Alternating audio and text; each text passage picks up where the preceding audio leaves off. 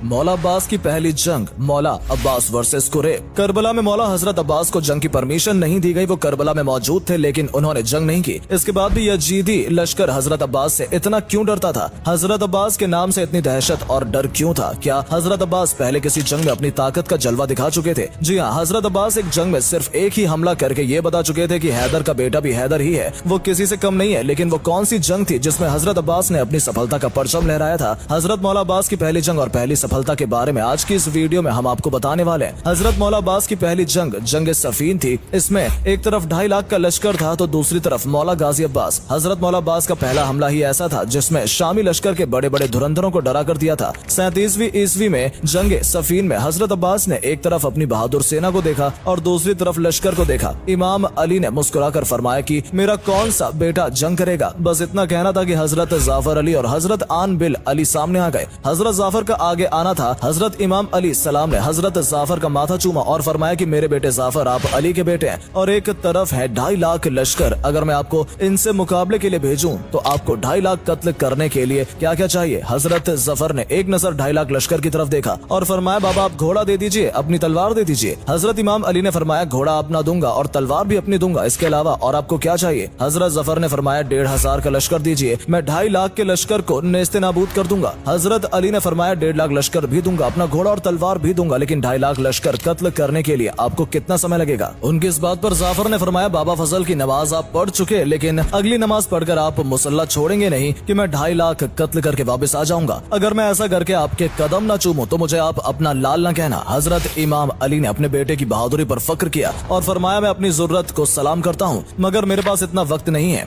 बस ये कहना ही था कि हजरत आन बिल अली आगे आए और उन्होंने फरमाया कि बाबा फिर मुझे भेज दें। हजरत इमाम अली ने फरमाया, आपको क्या क्या चाहिए? हजरत आन ने फरमाया, भाई ने 1,500 लश्कर मांगे थे, मुझे 1,500 लश्कर नहीं चाहिए, मुझे सिर्फ 1,000 दीजिए। घोड़ा अपना दें और तलवार भी अपनी दें। फजल की नमाज आप पढ़ चुके हैं, जोहरीन पढ़ाकर आप मेरे दादा की तस्वीर मुसल्ले पर रखेंगे और मैं 2.5 लाख लश्कर कत्ल करके आपके कदमों में ना आऊं तो मुझे हजरत इमाम अली का बेटा ना कहना। हजरत इमाम अली ने बेटे की बात पर फक्र किया और फरमाया, आपकी भी जरूरत को मैं सलाम करता हूँ मगर जोहरीन का देर है और मेरे पास इतना वक्त नहीं है। बस ये जुमला कहना था कि हजरत मौला गाजी अब्बास इमाम अली सामने आए। हजरत इमाम अली ने कहा कि मेरे लाल अब्बास आप बताएं, आपको 2.5 लाख लश्कर को मिटाने के लिए क्या क्या चाहिए? उनकी बात सुनकर अब्बास ने कहा, बाबा भाई जाफर ने 1,500 मांगा, भाई आन ने 1000 मांगा, घोड़ा आपका मांगा और तलवार भी आपकी मांगी। मुझे आपकी कसम, ना मुझे 1,500 लश्कर चाहिए, ना मुझे 1,000 चाहिए, ना मुझे आपका घोड़ा चाहिए और ना ही आपकी तलवार चाहिए। हजरत इमाम अली मुस्कुराए और फरमाया कि आपको फिर क्या चाहिए? हजरत गाजी अब्बास ने इस बात पर फरमाया कि बस आपकी इजाजत चाहिए। इमाम अली ने फरमाया कि 2.5 लाख कत्ल करने के लिए आपको कितना वक्त चाहिए? इनकी इस बात पर अब्बास ने कहा कि बाबा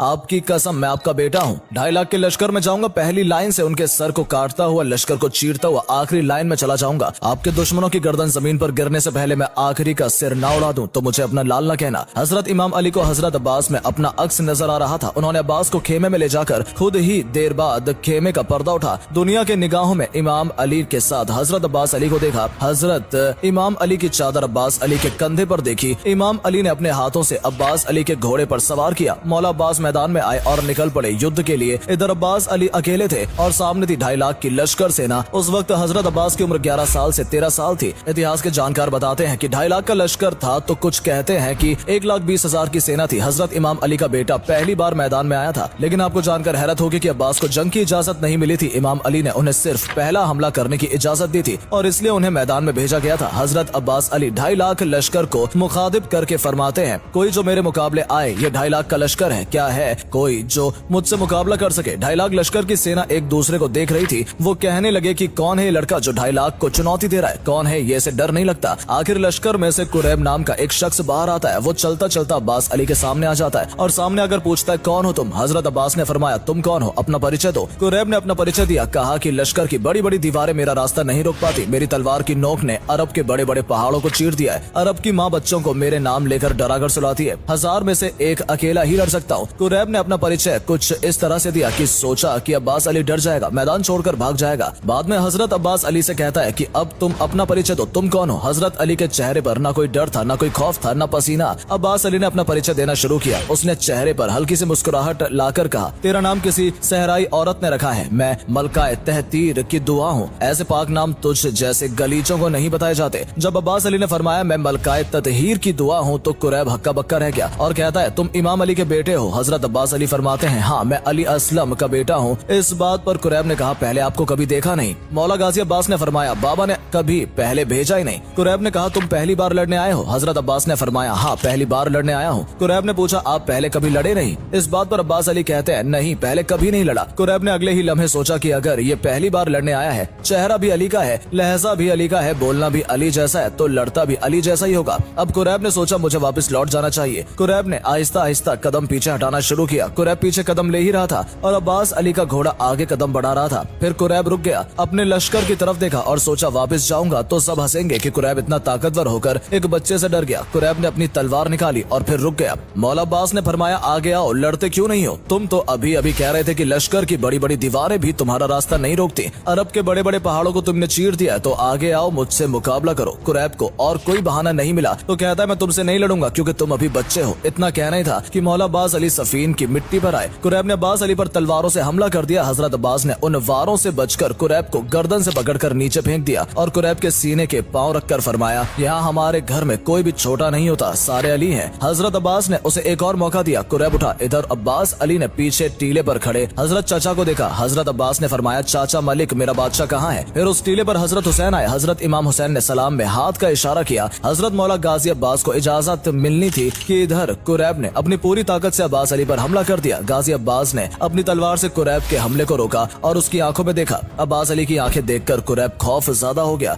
अब्बास अली ने अपनी तलवार को घुमाया और एक ही वार में कुरैब की गर्दन को चीर दिया। तभी इस्लाम अली ने आवाज दी और अब्बास को रोकने के लिए कहा। अब्बास की तलवार वहीं रुक गई। अब्बास अली का ये पहला हमला देखकर लश्कर भागने लगा और यही वजह थी कि लश्कर अब्बास अली से इतना खौफ ज़्यादा रहता है।